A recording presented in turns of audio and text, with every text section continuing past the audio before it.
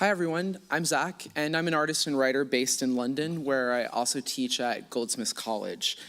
My work and research typically takes on emerging science and technologies of control, surveillance, and militarization from queer and feminist perspectives. So I've made work that critiques biometric facial recognition technologies' supposed ability to identify gay faces. And I've also explored how biometrics heavily polices and criminalizes minoritarian populations. I've developed queer technologies that ask how and why plugs are gendered male and female. And I've also considered how homosexuality has been weaponized by the US Air Force. So my current project, Contra-Internet, is a multimedia installation with an experimental documentary centerpiece. And Contra-Internet begins with two questions. When and how did the internet transition from an arena of vast political possibility to a site of global control, hegemony, and surveillance today?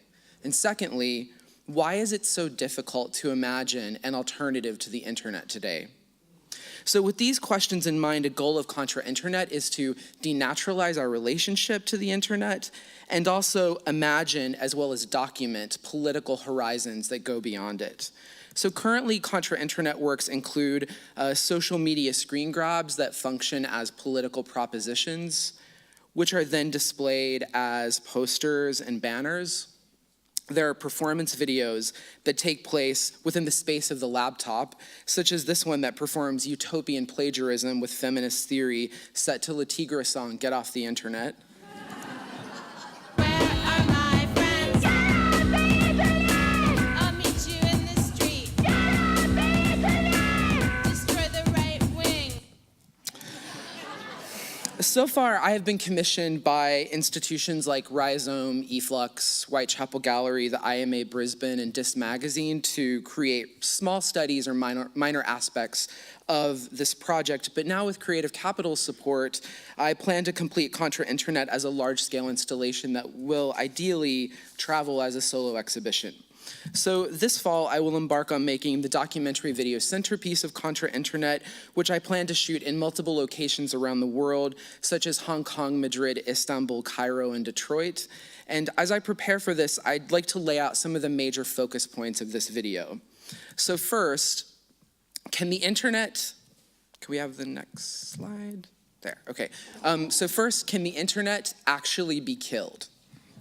So the documentary video will examine an instance of this in Egypt when on January 28th, 2011, the Egyptian government, in the midst of a mass uprising, flipped what is known as the internet kill switch, which had the effect of blocking internet access nationally.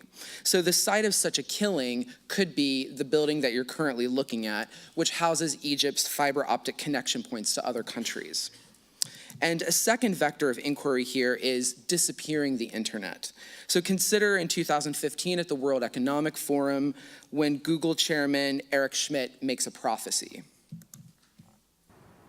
I would answer very simply that the internet will disappear. So Google's dream of disappearing the internet is the dissolving of its infrastructures into the very materialities that constitute our world. So this is what is becoming known as the Internet of Things. And this is the exact opposite of killing the internet. In fact, it is making it impossible to kill. So after all, how would one exactly kill a cloud? Okay, Contra-Internet takes inspiration from Paul Preciado's book, Manifesto Contrasexual, in which the contrasexual is theorized as a queer practice that refuses sexual norms.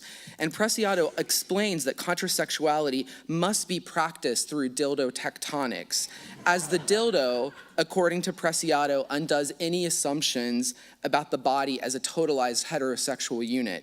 And Preciado goes so far as to generously offer us a set of dildotopia exercises, such as drawing a dildo on one's arm and masturbating it like one is playing a violin. So performing Preciado's exercises provokes a very specific question for me. What are or could be the dildo tectonics of the internet? So one way to answer this might be through what is known as a paranode, which is the documentary's third vector of inquiry. And a paranode is that which is outside the network internet configuration. It's neither a meeting point, right, a dot, nor a line of connection.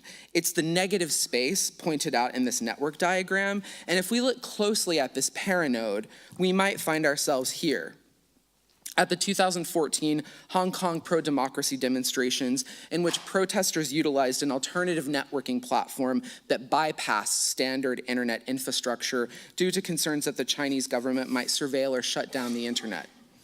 So the timeline of this project got sped up. It will get finished in 2017 because just a couple weeks ago I was offered a premiere venue at Gasworks in London, which will be a solo exhibition in the fall of 2017. And after that, though, I hope the exhibition will travel throughout Europe, the US, and elsewhere. Undoubtedly, my biggest challenge for this project is organizing film crews and shoots in multiple international locations. So any recommendations for assembling crews in London, Hong Kong, Istanbul, and Egypt would be extremely helpful. I'm especially looking for videographers, 3D modelers, and 3D animators. And of course, like other artists here, I'm eager to partner with other arts institutions for exhibitions and financial support because the project is not fully funded yet. Lastly, but perhaps most urgent for me, is if anyone can help me figure out how to balance my increasingly all-encompassing academic job with my art practice, then please share your wisdom with me. And to conclude in the spirit of the Contra-Internet, I'll leave you with another brief moment of utopian plagiarism. I hear a new world.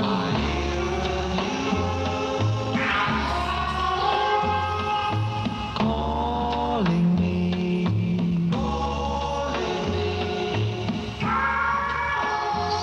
So strange and so real.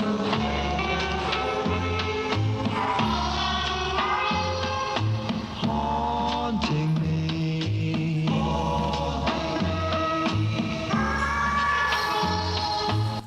Thanks, everyone.